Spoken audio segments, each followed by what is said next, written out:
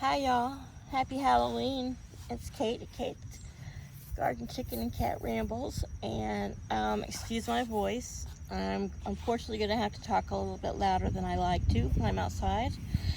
I was going to try out my new mic, but I didn't charge it, so I'm going to rush into this. This is a little Halloween dream story about a dream I had last night. It was kind of a wondrous dream, and it was very, very interesting, the fact that it was Halloween.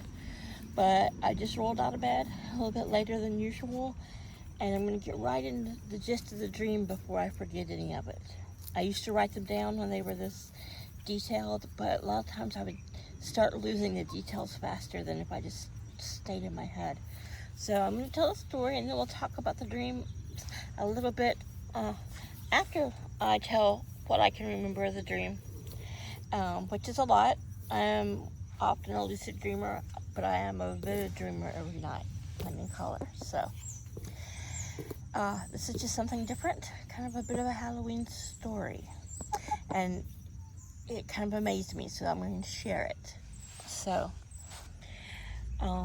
in my dream, this is a Native American dream, and this probably somewhere deep in my subconscious, my Native American ancestry. But I think I'm more Celt than a Native American, but this is just really fascinating. So in the dream, consists of many, many medicine women, female shamans who just seem like everyday women. There's something a little bit supernatural in the dream, and there's something a little bit futuristic. And it happened to be that one of the shaman women's husband looked like John Ritter, the late John Ritter. God, it's weird. Okay. So anyway, the dream starts out that there's a shaman woman who comes across a red stone, and this medicine woman has dark thoughts. She wants to control all the other. She wants to be control all nature and the animals and how everybody lives.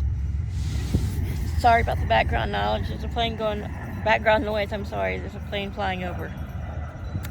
So anyhow, somehow there is another very, very good medicine woman, but she felt she needed to get away from some of those pressures and spend time with just her husband and her son. So she kind of she left her tribe and kind of went on a walkabout, went wandering. So while she's gone, this dark medicine woman, she has a stone and she's using it, and she's controlling everybody in very negative ways. And somehow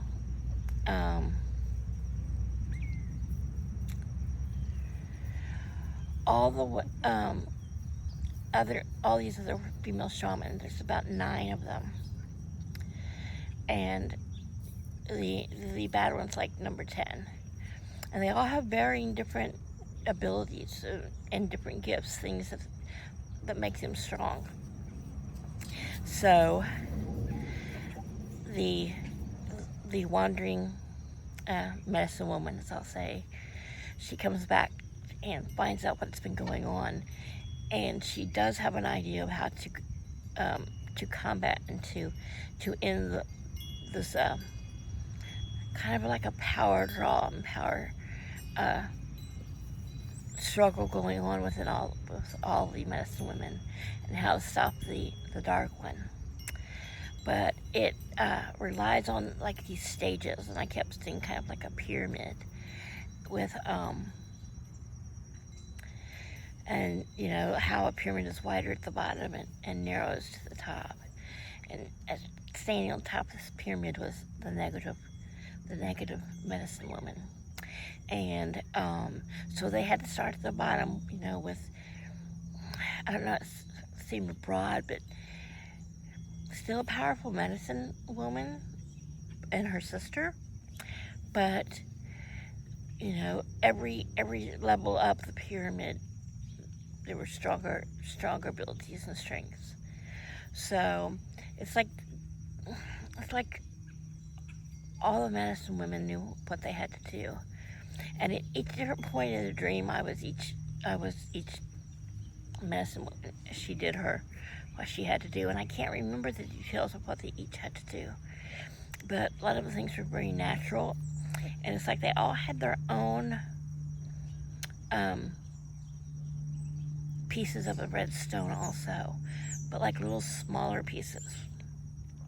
And to do this, they were all going to have to give up use that their little piece of red stone magic, accomplish their task, and then they would lose that little piece of their power. But we all had to, or maybe it was me, maybe I was each level, I don't know. Okay, I'm trying to get the details out before I forget anything, because sometimes in retelling the dream or writing the dream down, I lose it.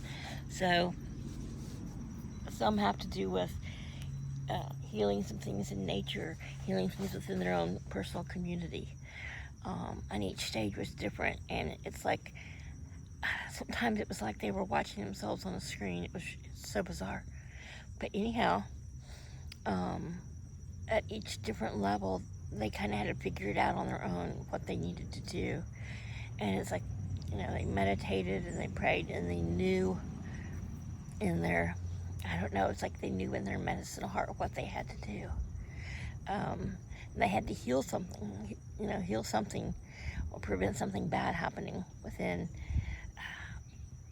their tribe, their group, or something that was within their power. And so they each did this, It was like, the lower level of the pyramid, and then it became the next medicine woman's turn. And when one level finished and accomplished her task and lost her piece of the red stone, it made the next level up stone brighter and bigger and helped her to accomplish. It's like the task got harder as you went up this pyramid. And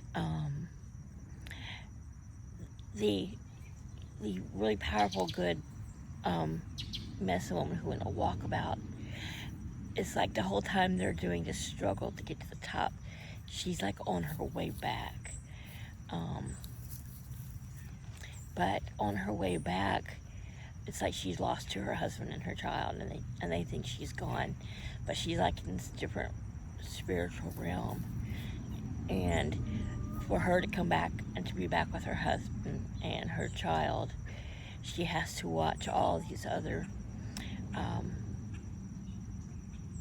medicine women use their magic and give up a little piece of their magic, becoming a community to help defeat this really dark power. So through the dream of each level, I was there for each level. I don't know if I was an observer or I don't know.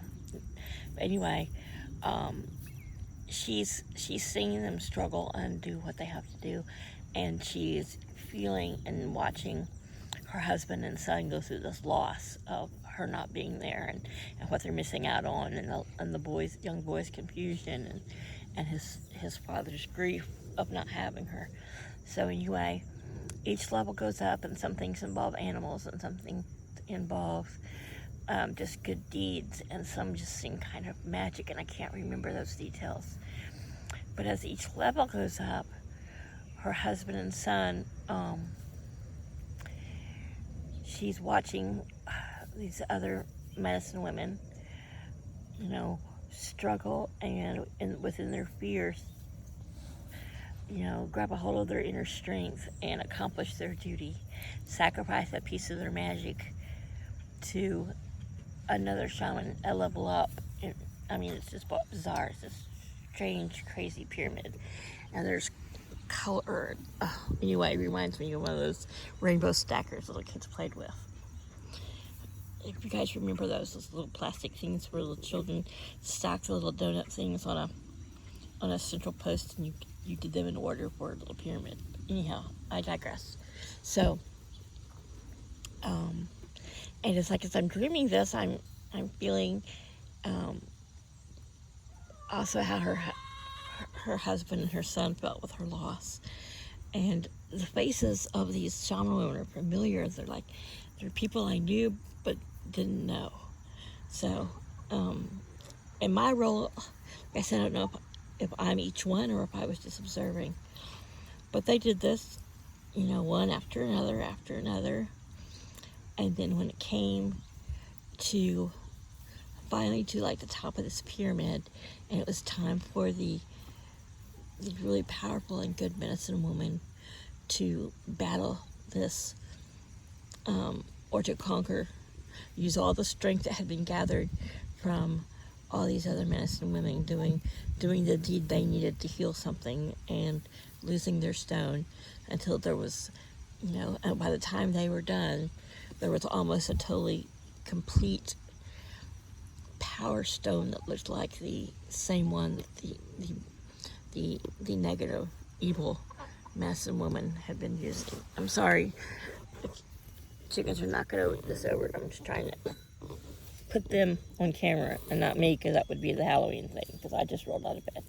So anyhow, when it comes time for her to do this battle, she comes back into the life of her husband and son, and she's full of joy, and they're full of joy, and it's healing, and they're all so happy to be together. But she also has to tell them that because of the sacrifice of all these other medicine women and the importance that she has to do this final battle with this new combined stone that they've all made by doing their deed and sacrificing their peace, and it getting bigger and bigger.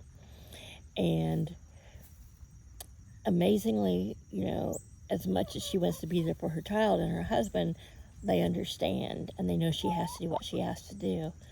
So her heart is breaking, and she's, because there's a good chance that she might not win, or that she could be lost to them forever, that she could be consumed by all this, because there's just too much power. And of course her son is crying, her husband's brokenhearted, but his love for her, he's going to accept it and help his son to accept it.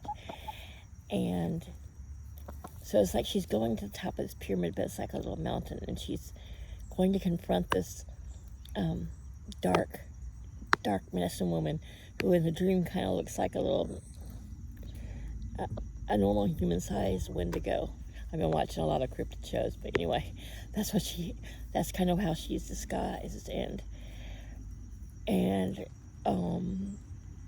I was starting to come out of the dream, and in different places in the dream, I'd like wake up, because I had to wake up to roll over and hit my elbow.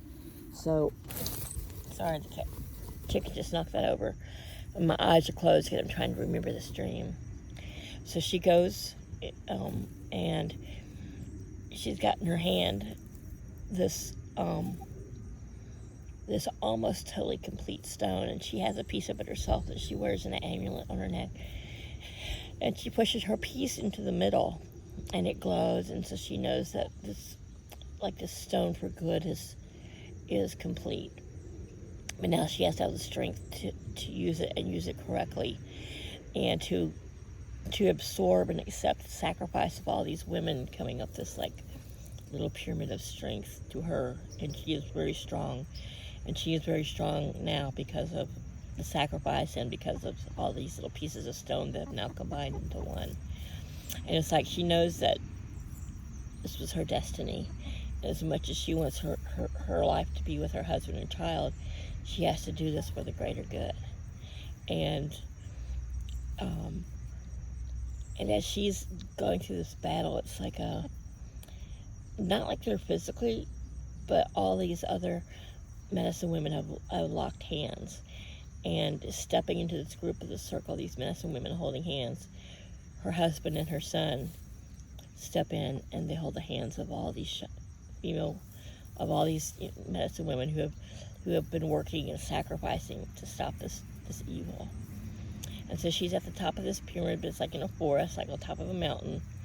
And just as they all clasp hands and she goes in the battle, I freaking wake up and I can't go back to sleep. And it's like noon and I'm like, oh my God.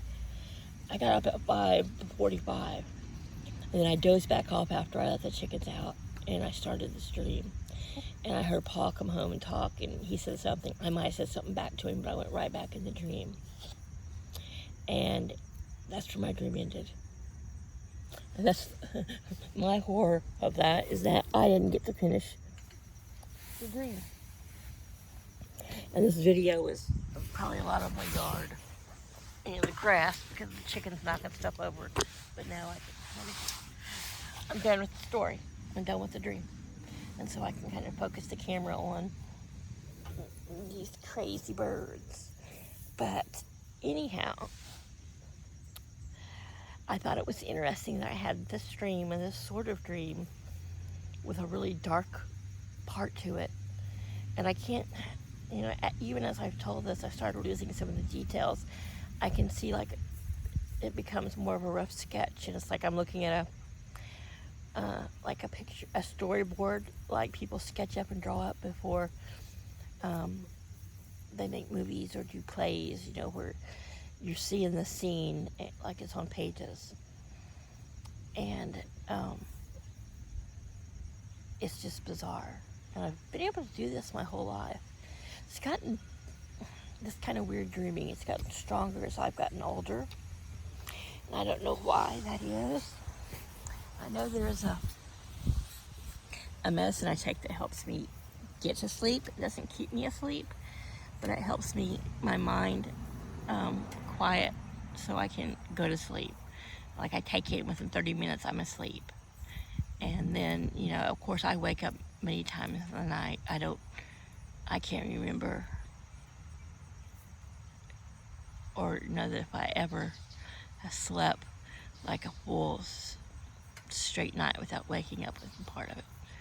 And anyway, whatever. But so, like I said, I used to write these dreams down and keep a dream journal, but I found that in the writing it down, I felt like I would lose my train of thought and lose my remembering. I wouldn't be remembering it as well.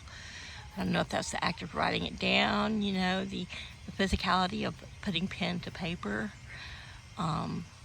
And like, listen to my voice, I sound kind of froggy because I literally rolled out of bed, threw a hat on, I'm in my pajamas, I'm sitting in my hammock, watching my chickens, and the hammock still has a little bit of moisture to it, I guess from we've had a really heavy dew. I know when I came out this morning to let Laddie ruin the chickens out of the coop and just to hang in the run, because he was in the coop crowing his head off, and all I could imagine was that, you know, the girls were all jarred awake and he was like making their little eardrums bleed because he was just crowing his little ass off. But it was still too dark in the yard for me to feel comfortable to let them run around here in the corral. So I turned the light on inside the run, which behind that drink there, in the corner where I keep their feed and a shelf and a little workstation, which we'll wander over there. I turned the light on and then I reclosed the door to the run. And Laddie-O Roo, of course, it was right at 6 a.m. and he did some crowing, not a lot.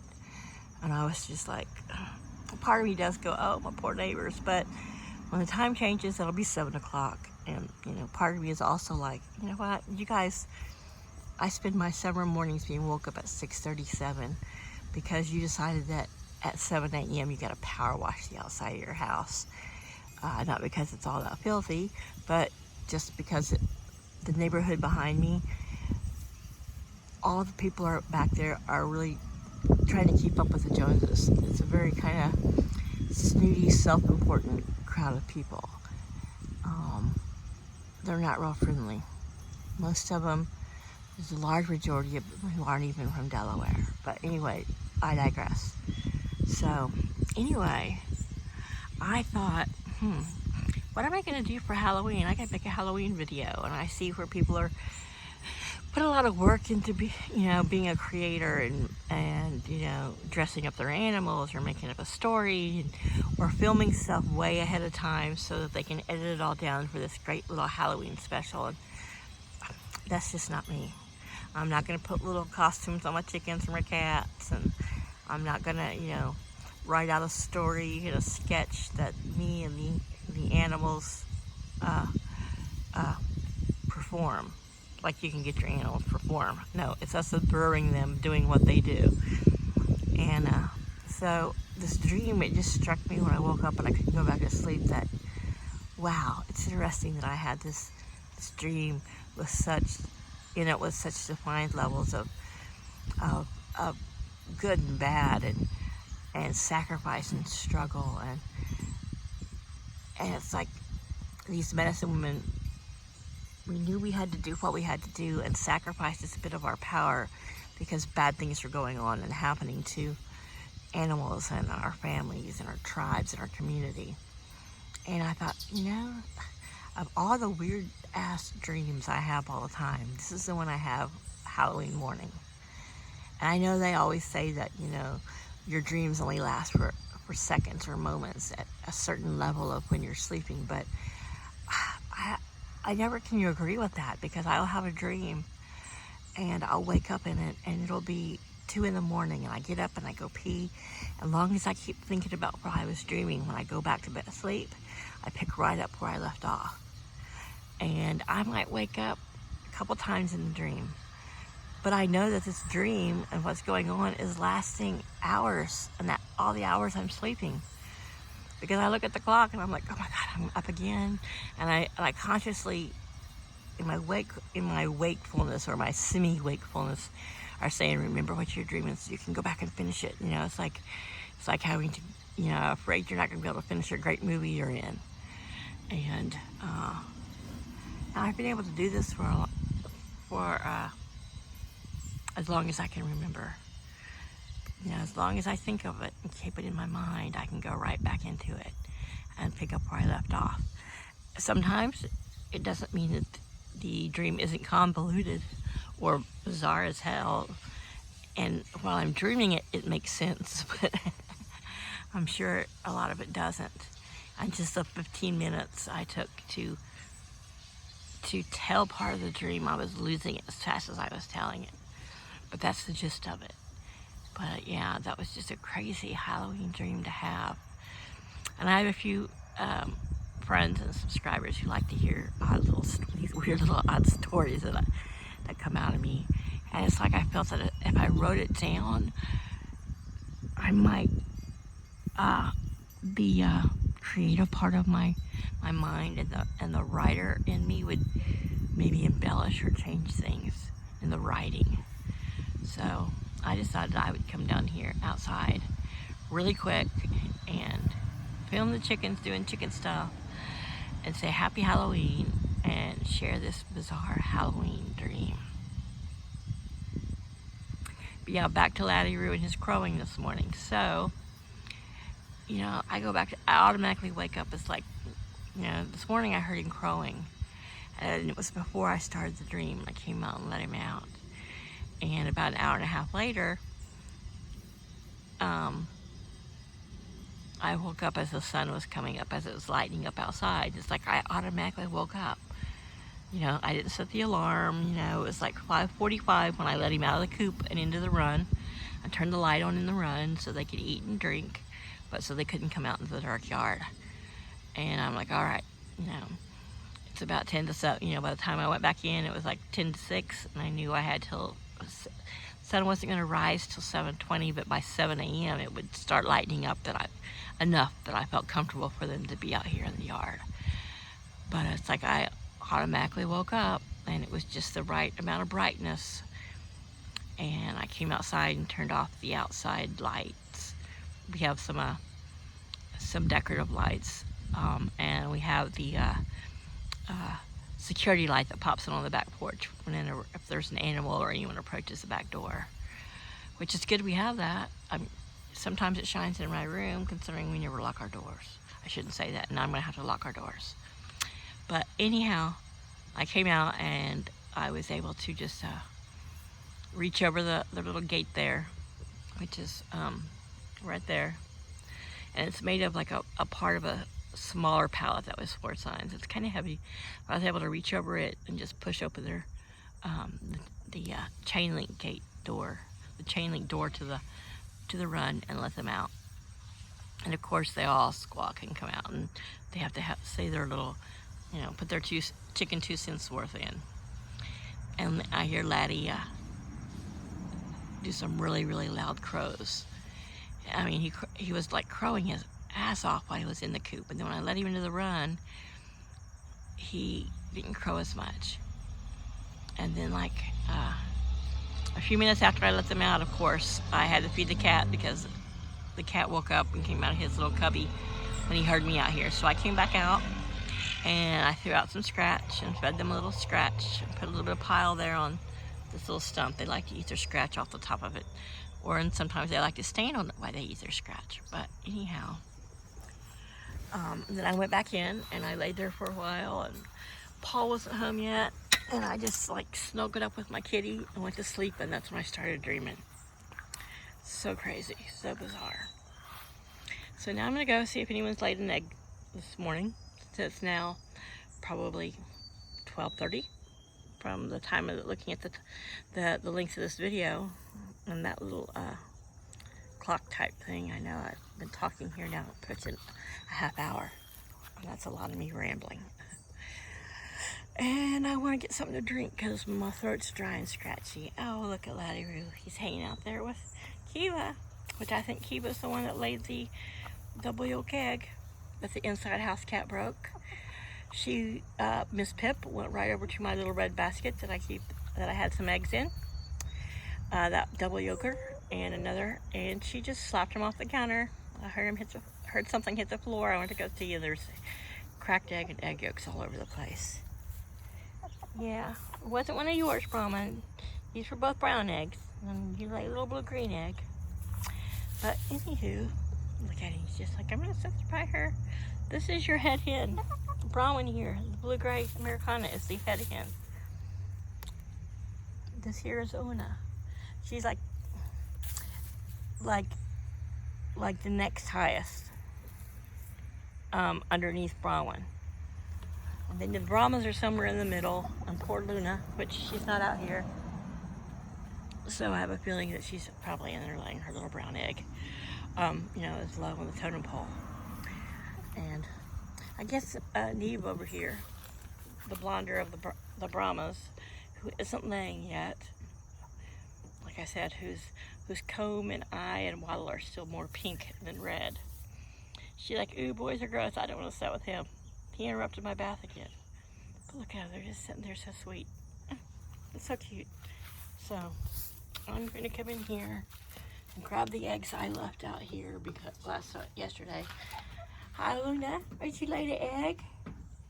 I know. I'm sorry that you're the lowest lady on the totem pole. I know it's not fair. Look how beautiful your comb and your wattle are. Talk to you, sister. Happy Halloween. She's like, you're not going to make us carve another pumpkin, are you? Those noises we hear are the fir tree. Oh, here comes Una.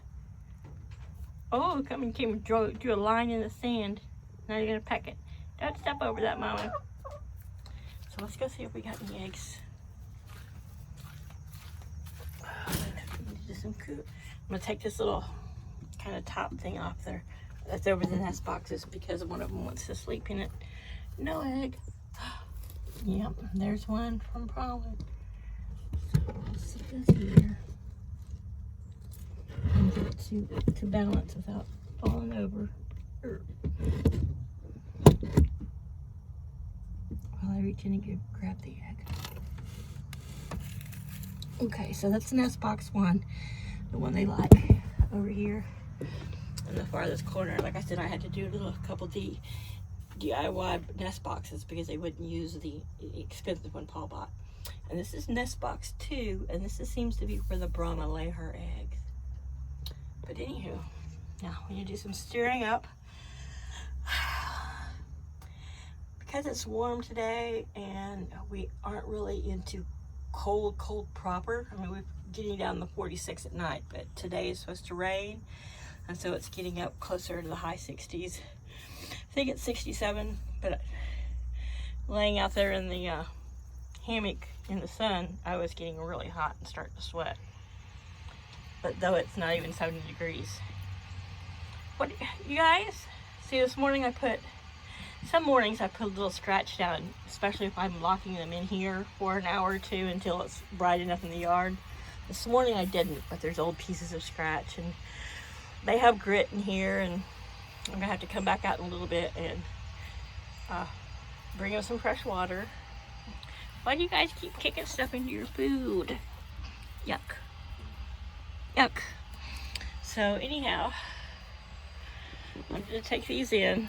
I'm sure I'll probably have one or two more before the end of the day, but I wasn't worried about leaving them in here. Yesterday it was late in the afternoon when I collected them, and oops, sorry about that.